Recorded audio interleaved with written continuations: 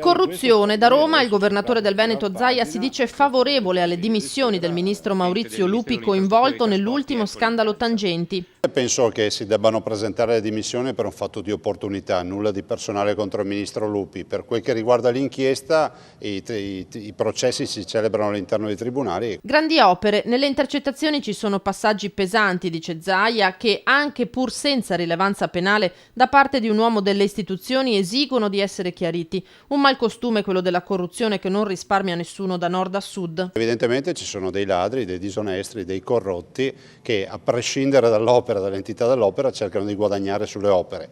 Dall'altro devo anche dire, voglio ricordare che Mose non è un'opera della Regione del Veneto. Sembrerà strano dirlo, ma questa è un'opera nazionale. Elezioni regionali. Impegno Veneto prende il nome di lista Tosi. L'assessore della giunta Zaia Maurizio Conte annuncia di voler passare col sindaco di Verona. Il candidato della Lega non si scompone. Ma guarda, io amo correre a piedi e sullo sterrato rendo bene, però comunque non siamo in 3, siamo in 4, forse 5, anche 6. Ben venga, questa è la democrazia, è il sale della democrazia.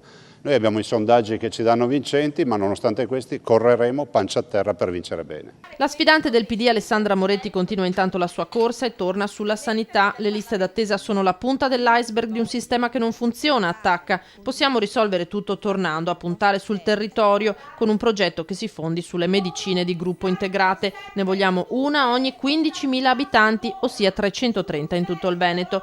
In parallelo interverremo sulla riduzione delle ULS a 8. Moretti tornerà nella Marca lunedì, sarà a Fonte, Castelcucco, Asolo, Monfumo e Cavaso.